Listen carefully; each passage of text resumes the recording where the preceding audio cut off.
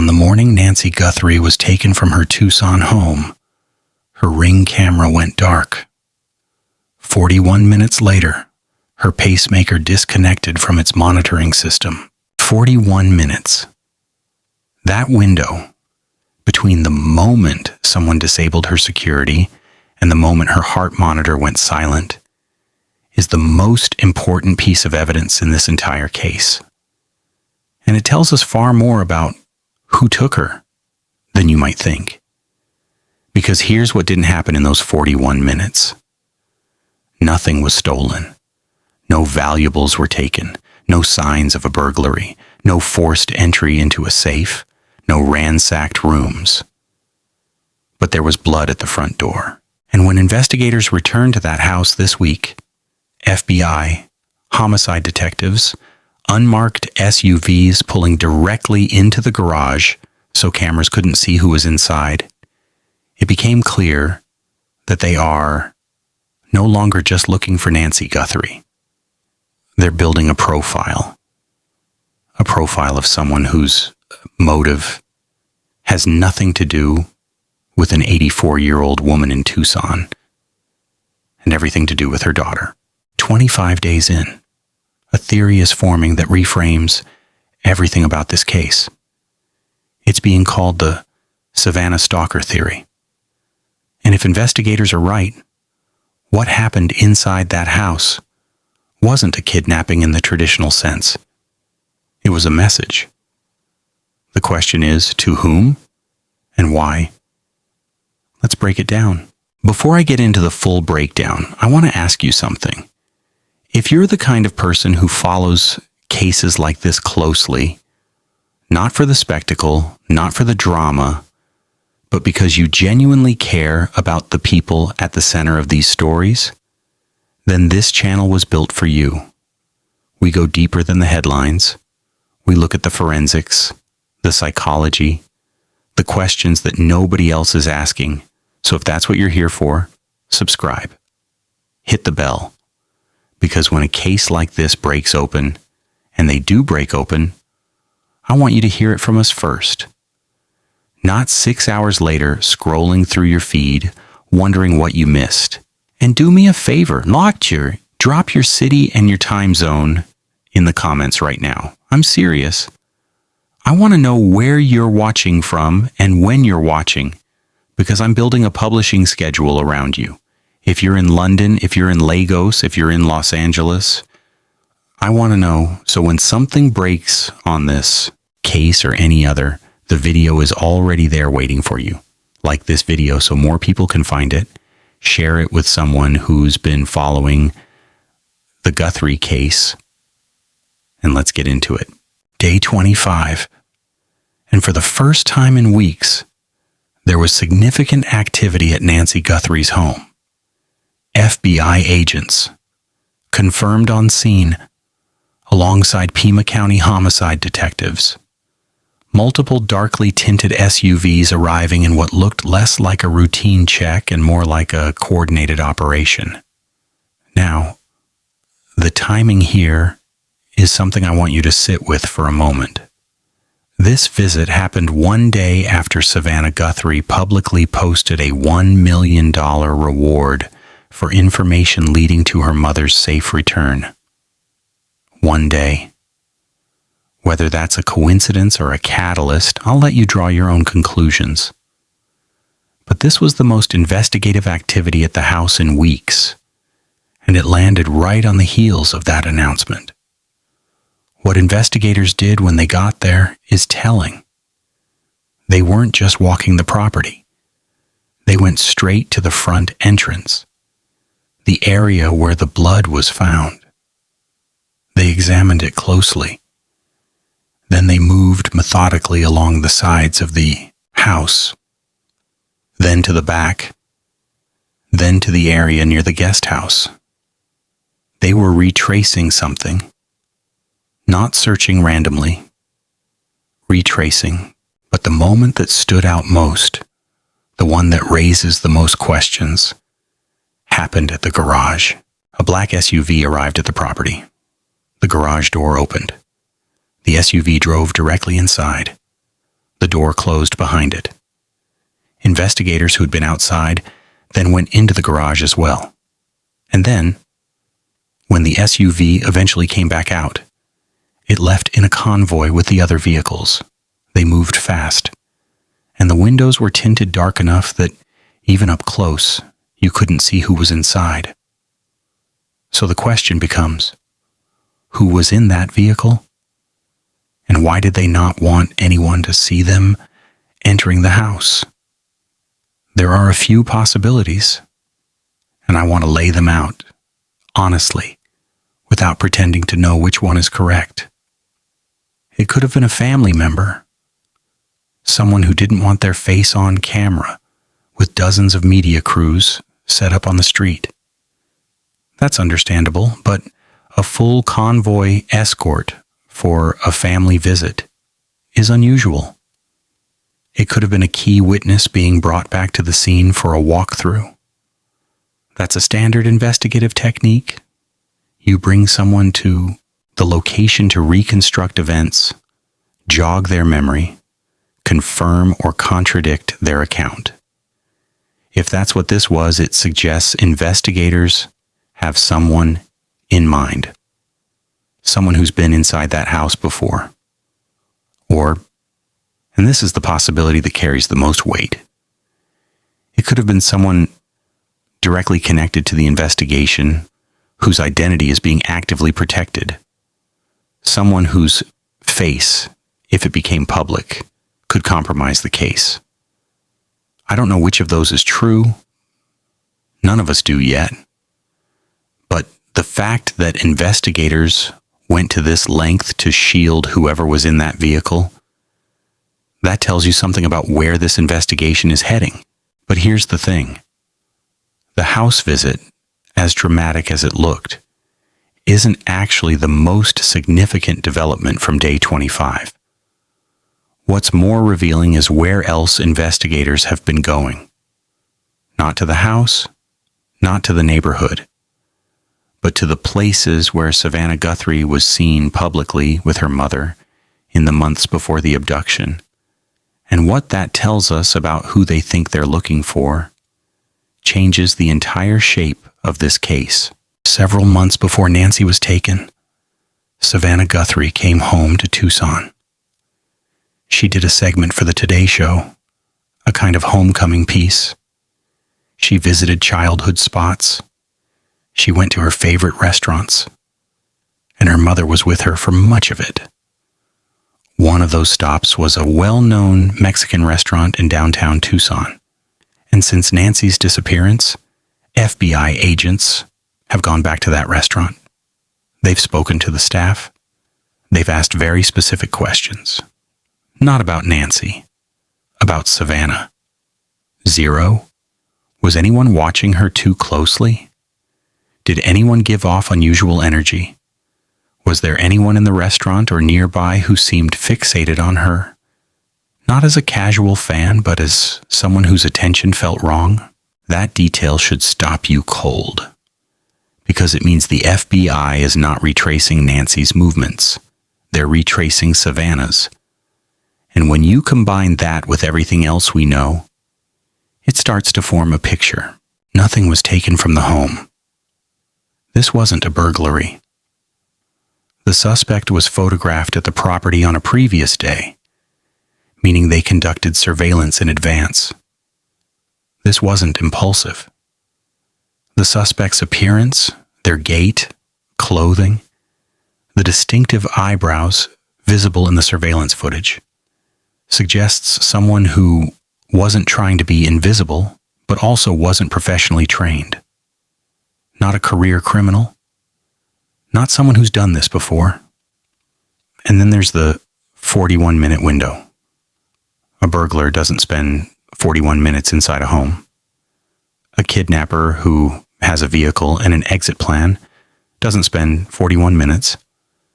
Someone who spent that long inside that house was doing something else entirely. They were talking, and there has been no ransom demand. None. 25 days in. No communication. No financial motive. No demands of any kind. When you lay all of that out together, the evidence begins to point in a very specific and very disturbing direction. To understand the Savannah Stalker theory, you need to understand a psychological condition called erotomania. And before you tune out, because that sounds clinical, this is the key that unlocks the entire case. So stay with me. Erotomania is a delusional condition in which a person becomes convinced, truly unshakably convinced, that a public figure has a personal connection to them. Sometimes they believe the public figure is secretly in love with them. Sometimes they believe the person is sending them coded messages through their broadcasts, their social media posts, even their clothing choices. To you and me, that sounds irrational. To the person experiencing it, it is the most real thing in their world. And here's why this matters for this case. Erotomania doesn't stay passive. It escalates. And the pattern of that escalation is well documented.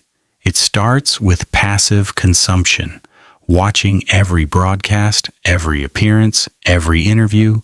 Then it moves to active following, tracking locations, memorizing schedules, maybe showing up at public events. Then comes attempted contact, letters, emails, showing up at a workplace, trying to get through security. Most of the time, these attempts are ignored or intercepted, and that's where it gets dangerous. Because to the person experiencing this fixation, being ignored isn't just rejection, it's a betrayal of the relationship they believe exists, and that's when the final stage can happen. Physical action. Now, you've probably heard of John Hinckley Jr., the man who shot President Reagan in 1981. His motive wasn't political. He was trying to impress actress Jodie Foster. He believed that assassinating the president would prove his love and finally make her acknowledge their relationship. That is erotomania taken to its most extreme conclusion. But what's more relevant to the Guthrie case are the instances, and there are more than most people realize, where a stalker doesn't go after the public figure directly. They go after someone close to them, a family member, a parent, someone who represents a way in, a way to force the connection they believe they deserve.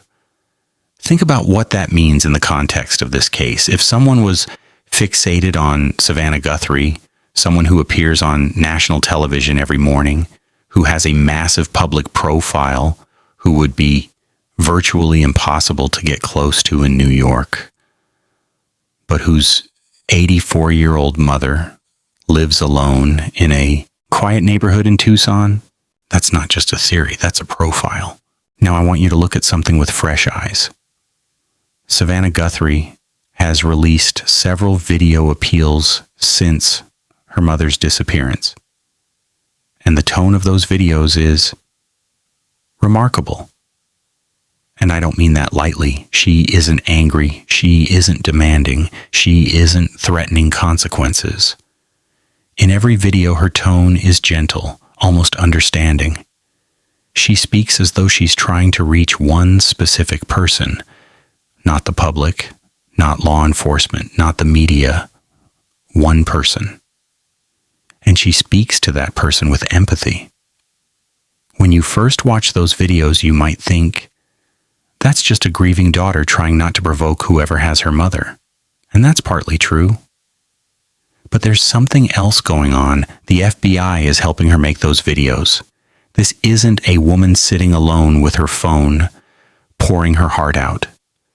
These are strategically crafted communications designed by professionals who have spent careers negotiating with hostage takers. Every word is chosen. Every tonal decision is deliberate. And there's a pattern in who delivers the message. The first video featured all of Savannah's siblings together. Then there was one with just her brother. But the most recent appeals, they featured only Savannah, alone. Speaking directly to camera. That narrowing of the messenger is not accidental. If the FBI believed this was a random crime, a burglary gone wrong, an opportunistic kidnapping, there would be no reason to narrow the messenger to Savannah specifically. You narrow the messenger when you believe you know who the audience is. And you put Savannah front and center when you believe the audience is someone who is fixated on Savannah. And consider for a moment what that means for her.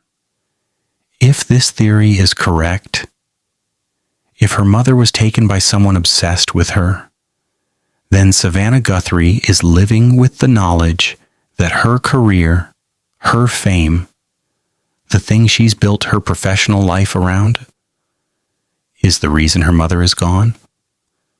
And the FBI is asking her to use that same public presence to try to bring her back. I'm not going to dwell on that, but I want you to hold it in your mind because it matters. Now, I could stop here and let the theory speak for itself.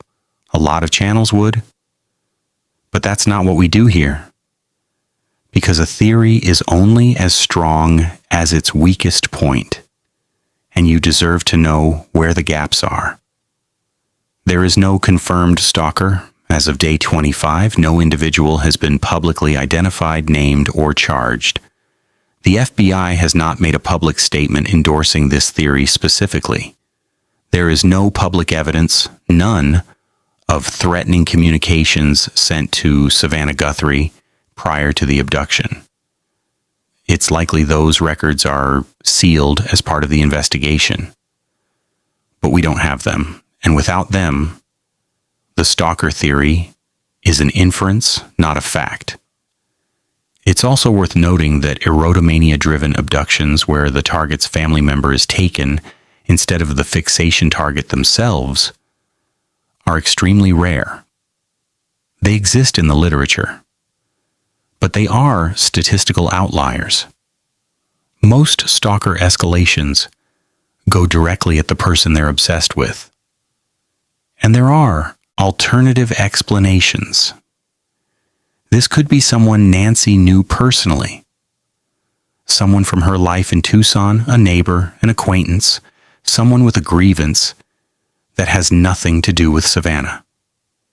It could be a motive we haven't considered yet because the evidence isn't public, so let me be precise about where we actually stand. The stalker theory is the most psychologically coherent explanation available right now based on what's publicly known, but coherent doesn't mean confirmed. What we can say is this: the FBI's behavior is consistent with investigators who believe this crime is personal, targeted, and connected to Savannah's public profile. Where they're looking, who they're asking about, how they're coaching Savannah to communicate, all of it aligns with that theory. Whether it proves to be correct, we don't know yet, and I'd rather tell you that honestly than pretend otherwise.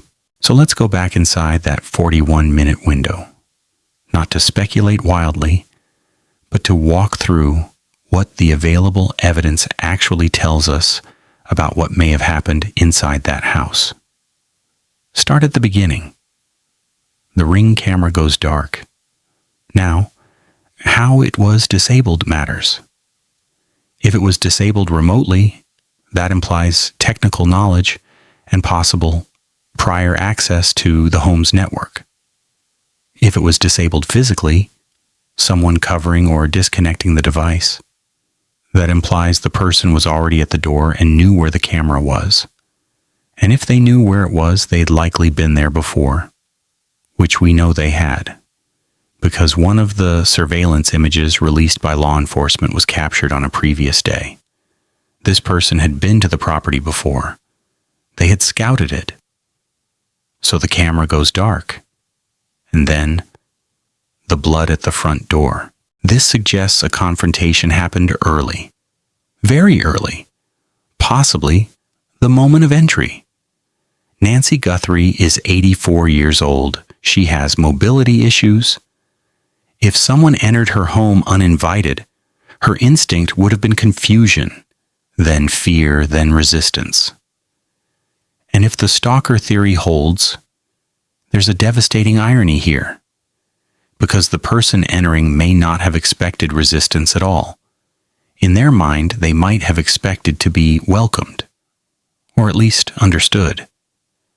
That collision between the intruder's delusion and Nancy's reality could be exactly what produced the blood.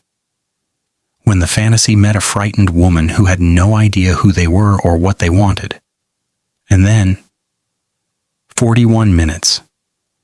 If this person immediately incapacitated Nancy, what fills that window? Preparing to move someone with limited mobility out of a home takes time.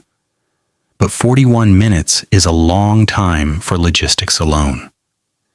It raises the possibility that there was a search, not for valuables, but perhaps for personal items connected to Savannah. Photographs, mementos, things that would hold meaning for someone with a fixation. But the more psychologically consistent reading, especially under the stalker framework, is that there was dialogue, conversation, an attempt by the intruder to explain themselves, to make Nancy understand who they were and why they were there, to convince her of something that only made sense inside their own mind. And the pacemaker disconnection at the end of the 41 minutes, that's the forensic exclamation point. It could mean Nancy was moved out of range of her home monitoring system. It could mean physical distress or trauma. It could mean the monitoring device was damaged or removed. Each interpretation carries different implications, but all of them point to the same conclusion, that whatever happened in those 41 minutes, it ended with Nancy leaving that house. A former FBI special agent and hostage negotiator who's been following this case closely has offered an assessment that I think is worth hearing. His read on the 41 minutes aligns with much of what I've just laid out. He believes the suspect came with a plan, but not a rehearsed plan. Not the work of someone with operational experience in abductions. This was someone emotionally driven, someone who had thought about this, probably for a long time, but who wasn't fully prepared for what it would actually be like to carry it out. 0. And he said something else that struck me. He has personal experience with this, as a former hostage himself. In 1988, he was held at gunpoint for over 90 minutes during what is considered one of the first school shootings in America. His mother and father were held with him. He was eventually shot while trying to disarm the perpetrator. And his insight from that experience is this: when someone holds another 0R person for an extended period of time, there is almost always dialogue. The person holding power talks. They explain, they justify, they try 0-0 make their captive understand. Because the act of holding someone isn't just physical, it's psychological. They need the other person to acknowledge them. He also made a point that I think is critically important, and that often gets lost in cases that drag on this long. There is no evidence, as of day 25, that Nancy Guthrie is deceased. Cases with this kind of profile have been resolved after weeks and even months. The absence of communication is not, in and of itself, evidence of the worst outcome. So when you synthesize everything, the evidence from the house, the behavioral science, the FBI's investigative patterns, the expert assessment, a provisional profile begins to take shape. This is someone who planned in advance. The prior surveillance visit confirms premeditation. But the execution was not sophisticated. They were visible on camera. They left blood at the scene. No getaway vehicle has been identified or described publicly. This is not a professional. This is someone whose motive is emotional, not financial. Nothing was taken. No ransom demanded. No communication made. 25 days of silence from whoever did this. And that silence is itself a data point. Because someone who kidnaps for money eventually has to make contact. Someone driven by emotional compulsion doesn't necessarily operate on that logic. This is someone who may believe they have a relationship with Savannah Guthrie, a relationship that exists only in their own mind, but feels absolutely real to them, real enough to plan, real enough to execute, real enough to cross every line that separates obsession from action. And this is someone who spent 41 minutes in that house because whatever they were doing was not transactional. It was personal. This isn't the profile of a career criminal. It's the profile of someone who convinced themselves that what they were doing made sense. And that kind of person is both harder to predict and potentially easier to reach, which is exactly what Savannah's videos are trying to do. There's another dimension to this case that has nothing to do with the suspect and everything to do with how the investigation is being run. And it deserves attention. The United Cajun Navy, for those unfamiliar, they're a well-established volunteer search and rescue organization out of Louisiana. They've deployed to natural disasters and missing persons cases across the country. They bring thermal imaging drones, trained K-9 units, experienced search and rescue personnel, and they operate under a strict protocol. They don't self-deploy. They don't go rogue. They come in, they ask to work under law enforcement command and control, and they fill in the gaps. Their incident commander traveled to Tucson specifically for this case. He brought his team. He drafted a formal operational plan, and he reached out to the Pima County Sheriff's Office to offer their assistance. The response, in his own words, was essentially nothing. Minimal communication, no meeting, no interest. Think about that for a moment.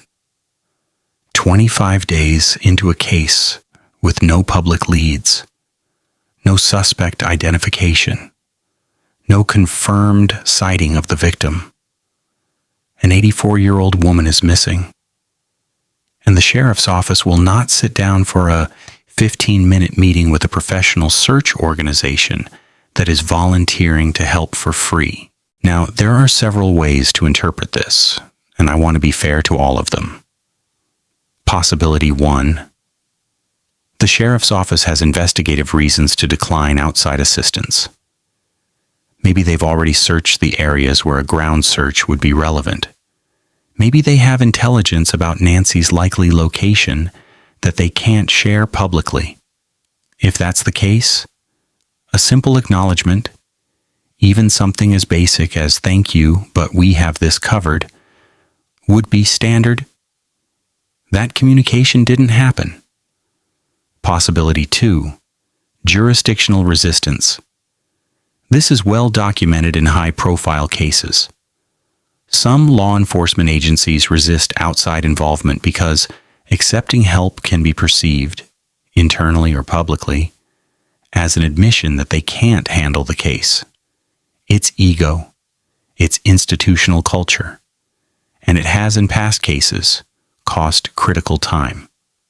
Possibility 3, and this is the one that actually connects back to the larger investigation. The search for Nancy may have moved beyond physical ground searches entirely.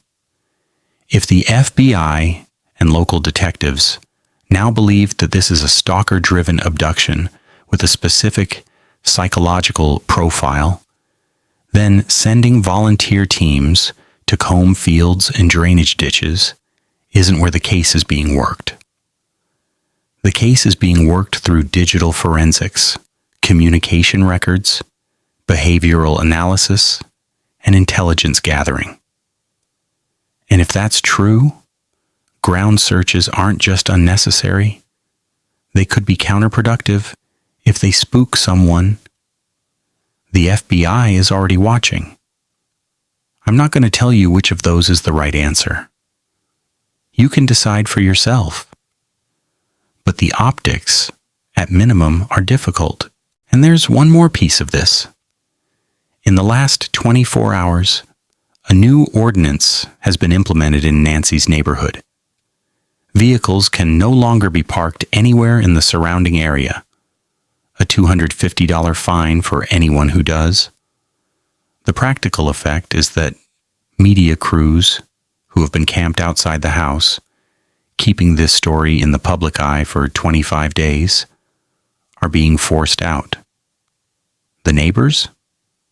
Some of them, the ones who've spoken to reporters, say they want the media to stay because they're afraid that if the cameras leave, the story disappears. The public forgets. And Nancy becomes one more missing person that nobody talks about anymore. Whether the sheriff has good reasons or bad ones for wanting the media gone, the optics are hard to ignore.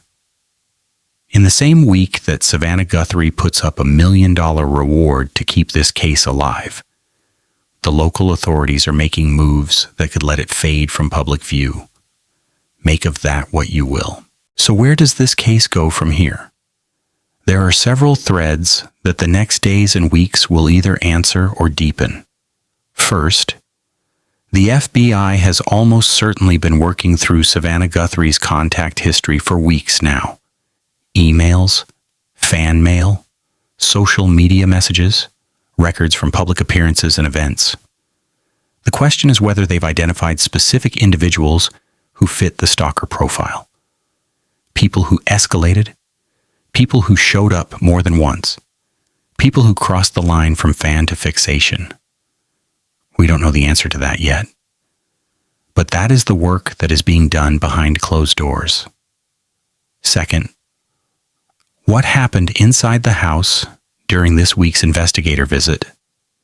That black SUV that entered the garage wasn't there for a casual look around.